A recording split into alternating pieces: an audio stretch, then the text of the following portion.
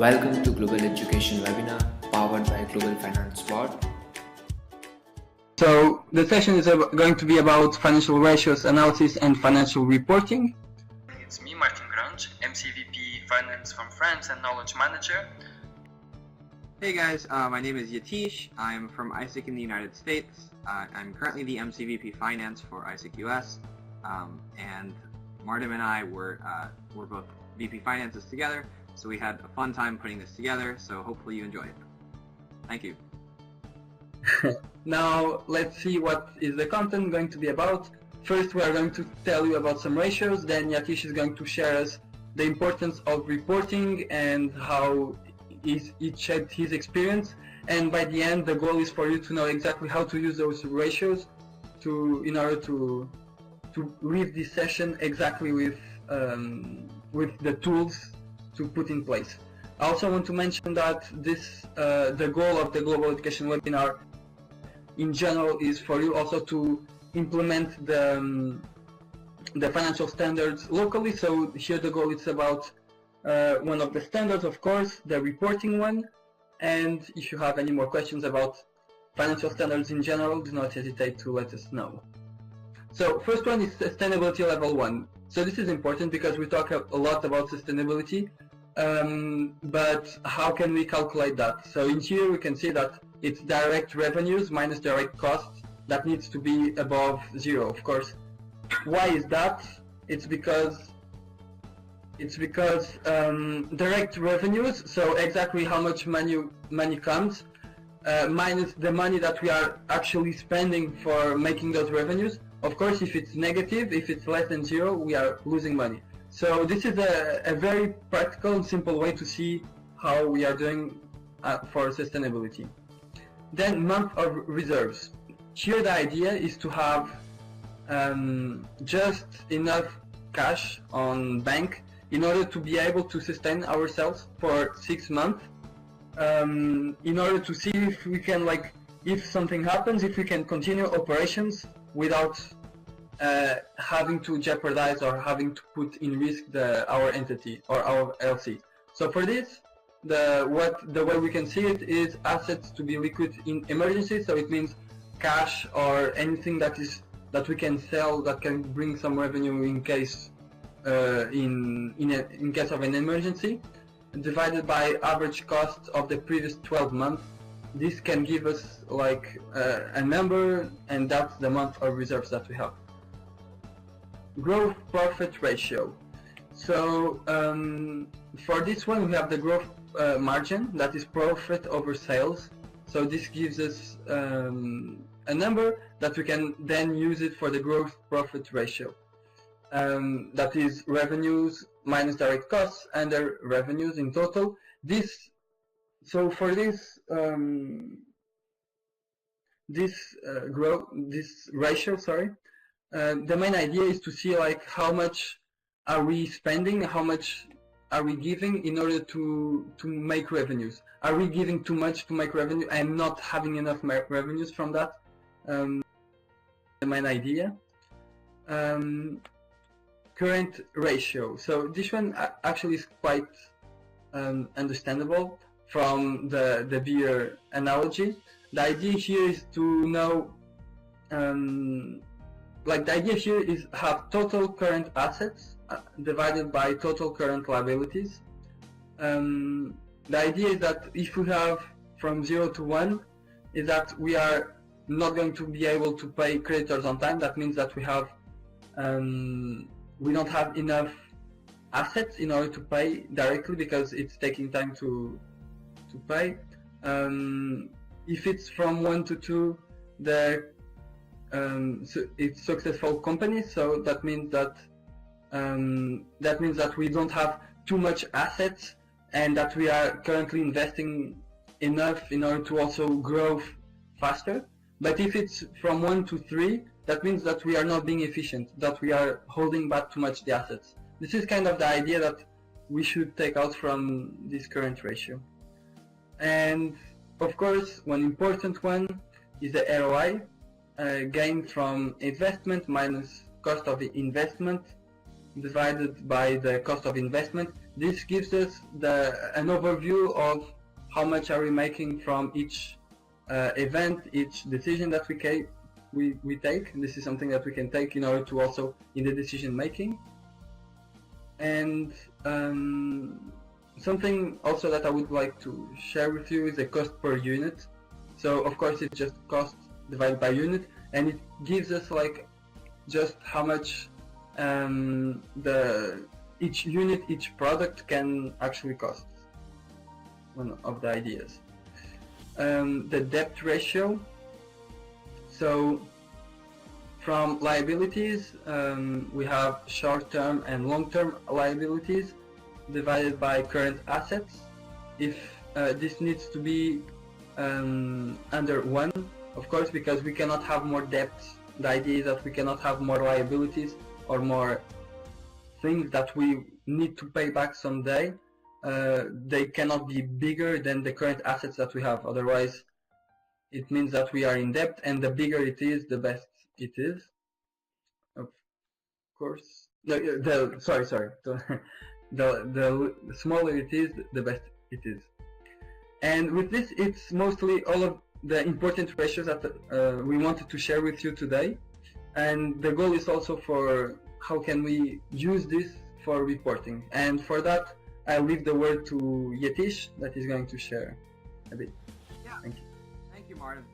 So one of the main reasons that we've coupled both financial ratios and reporting together is because the easiest way to report, from my experience, when I was both in LCVP Finance and now as MCVP Finance, is to report using ratios, actually. Because the financial ratios are a good indicator of the health of not only your LC, if you're at the LC level, or the entity as a whole from the MC level. And so, just as an example, reporting is very important because one of the main things that you can do is take all of the financial data that you have and actually make it into a concrete, easy to understand plan for this is what's going right, this is what's going poorly, and here's what we're currently doing, so that we make sure that we show all facets of all parts of the organization, both good and bad, from a financial standpoint. So reporting is actually really valuable because what it does is essentially good reporting means you can take a lot of complicated and kind of big financial data and make it into a simple plan of here's what's going right and here's what's going wrong. And so one of the main things we wanted to do actually was, if you go on to the next slide, we wanted to create a way for you to put into action the ratios and the reporting structures that are essential both at the local and national levels. Because the activity actually that we shared, Mayank shared at the beginning, we'll share the link again, let me just pull it up, is specifically looking at how can we take all these ratios, and we'll actually put the ratios up on the screen so that you can refer to them while we're doing this exercise. But basically, using the financial ratios, we have a little activity for you where we've given you a hypothetical LC with a year's worth of financial data, and we've put all the ratios together on that slide deck. And what we want you to do is actually put into practice what we've shown you for the past 20 minutes is, can you calculate sustainability level 1? Can you tell us what the cost per unit of your exchange products are? And so let me just share with you the link in the chat. And so if you just click there, we have 7 tabs. There are a lot of tabs actually, but the first 7 tabs have specifically an area for you. Just rename one of the tabs to your name or to your entity, whatever you'd like, so that you can claim it. But they're all the same tabs. And what we want you to do is actually looking at this balance sheet of your revenues, your total costs, what do your current assets look like, what are your total assets, your long-term liabilities, and then we also have the ratio, basically this PowerPoint slide that we're showing you right now, we also have it within each tab so that you don't have to keep looking at the PowerPoint. You have a lot of free space. This is an Excel sheet, so you can put in formulas, whatever you'd like, so that you can start calculating out all of these different things. And then at the end, we'll come back, and if anybody wants to share some things that they liked about it or anything they want, if they want to present their data to show us all how, how they came to these numbers, things like that, we're giving you about 10 to 15 minutes. just to go through all of this. If anything is confusing, that's what the chat box is for. All of you have speaking rights as well, so you can speak to us and ask any questions while we're working on this. If it's not clear, let me know. Martin, Mayank, and I will be happy to help you. So, yes.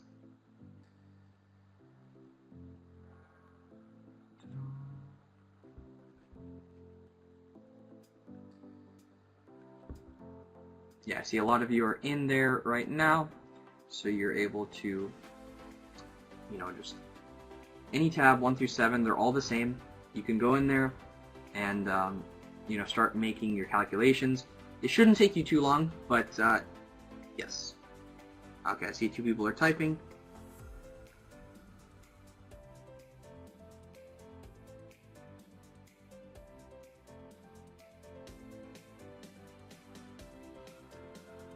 Yeah. So one of the things that we went over is just looking at this balance sheet, for example. When I was in LCVP Finance, even as MC, when I look at an LC's balance sheet, one of the main things I look at is, do they run the product sustainably? And so the first sustainability level 1 is based on this first ratio that you look at. So it's direct revenues minus direct costs is greater than 0. So what that means is essentially you're making a profit on your products. And so if we look at this as an example, I'll go to tab 1. I don't know if you have the Excel sheet open, but if we're looking at specifically IGV revenues, so direct exchange revenues from IGV is 5,000. So what we would do is we'd say equals 5,000, and then what you're going to do after that is subtract the costs that are associated with IGV for the 12-month period. So in total, you had $5,000 in exchange revenue from IGV, and you had $4,999 in terms of costs to deliver IGV. So you do 5,000 minus 4,999. If we do that calculation in our head, it's $1 or whatever the currency that you're looking at. And so the product is technically above 0, but it's essentially break even. So one of the main things is your IGV product is barely sustainable, if at all. And so then we look at OGV, for example. We had $50,000 in OGV revenue, but then we had $30,000 in exchange costs for OGV. You do 50,000 minus 30,000, that'd be 20,000 left over, which means that your product is generating more revenue than the costs associated with it, which is a very good thing. That means you're sustainable from sustainability level 1, you achieve that. A thing that we actually did not include in this is sustainability level 2 is very, very important. And what that actually looks at is both the direct costs and indirect costs. So an example that I will give is essentially at the MC level, we have salary costs, we have our office costs. We have different things that are not directly associated with the exchange product that we're running, but they're essential in order for the MC to exist, in order to support LCs to do exchange. And so if you factor in how much does it cost for the salary of a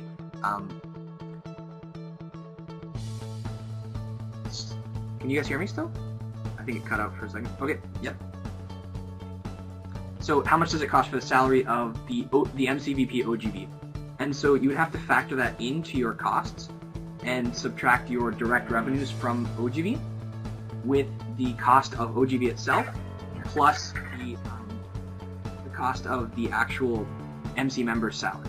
And so then if you look at it, an MC member's salary as example, if you look at overhead costs HR, we have $500. And so that's for 2 MC members. We'll just split it in half. We'll say $250 to pay the MCVP OGV. And so you add that cost to OGV, and it's still a sustainable product because 30,000 plus 250, and then you take 50,000 minus that, and it's still above 0, which means that you have excess profit left over to reinvest. Yes, so that's just one of the examples for how to calculate sustainability. When you're looking at the cost per unit, you're looking at what are the expenses for OGV exchanges, so 30,000 over your total number of exchanges, and so that way you can calculate, for example, if you have $30,000 in exchange costs, and you have 30,000 exchanges, then it's $1 per unit, because it would be $1 per exchange. That's just one example.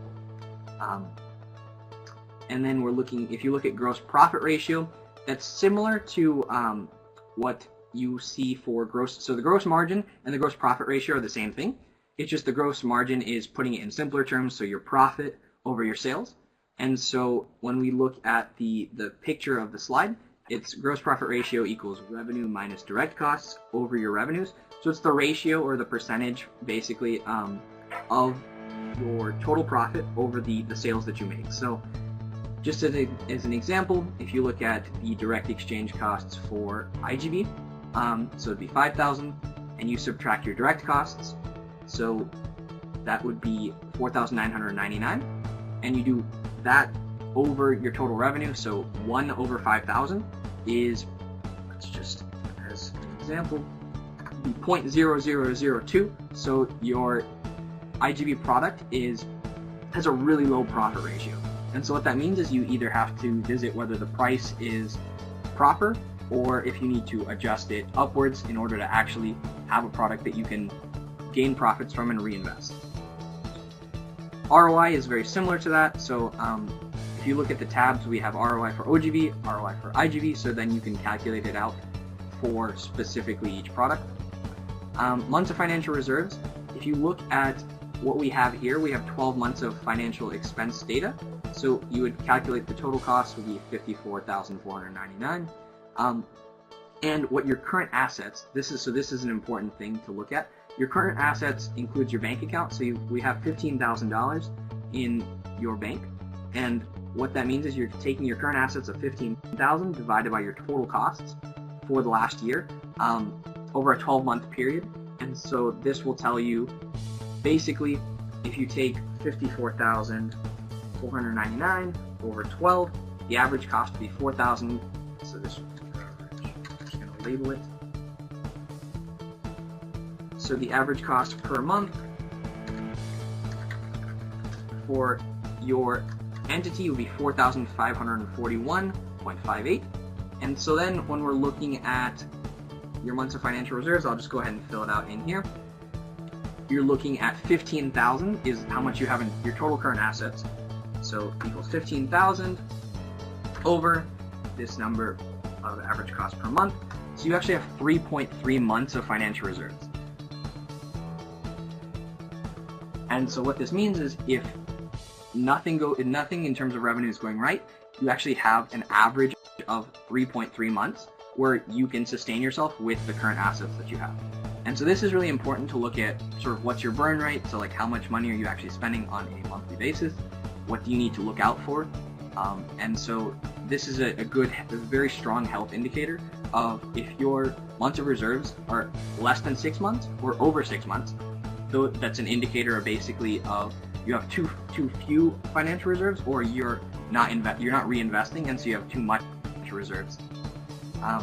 So a good healthy number of months of reserves would be 6 months, because that would be half a year where you can sustain yourself even if you have a low peak, or if it's your off peak, you can go through the year with minimal revenues, but you are expending everything you need to stay afloat. So yes. Any questions thus far? I know I am talking a lot. We want to make sure this activity gives you time to like try everything out, so that we're not talking the entire time. So let's see. Maria.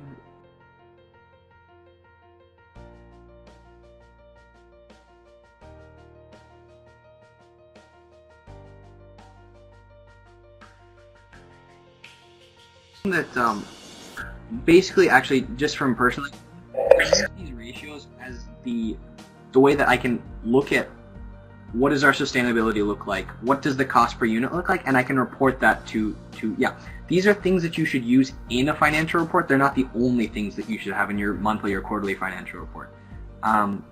One thing that I think the GFP structure, for example, allows you to look at everything line by line as to what your spending looked like and things like that, but that's a lot of information. So this is a way to look at all the information you have and make these ratios in a way that you can actually say, based on our return on investment for IGB this month, here are my recommendations for how we can improve, and things of that nature. So this can be used. What I would say is you should make a copy of this, and you can actually then input your own financial data, include more lines for revenue, more lines for cost if you run more products, and then that way you can actually make an analysis and then generate a report for your monthly or quarterly financial reports. So, thank you again. I will say this every time, but thank you guys for showing up to the webinar. It means a lot to us, so that we're not talking to an empty room. But also, I hope you guys were able to get something out of this. If you have any questions, we will always be available via WhatsApp, on Facebook.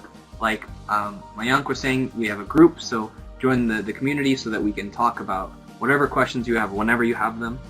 Somebody will always be awake no matter what time of day it is. So yeah, and feel free, of course, to use this tool. You can make a copy and you can use it locally. You can use it for whatever you need to create monthly reports, to even just assess where your products are at, looking at what is the level of sustainability that our LC or entity is at right now, and what can we do to improve that.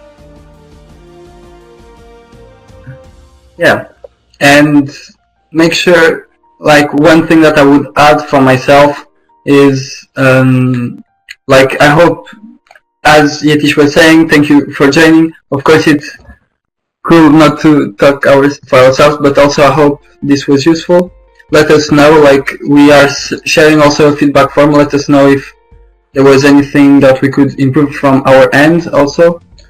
And yeah, thank you so much for joining us. Do not hesitate to contact us. And as Mayank shared, join the virtual community. We'll always be there. It will be updated frequently, and there's always some talk going on, so I think it's very important to be a part of that.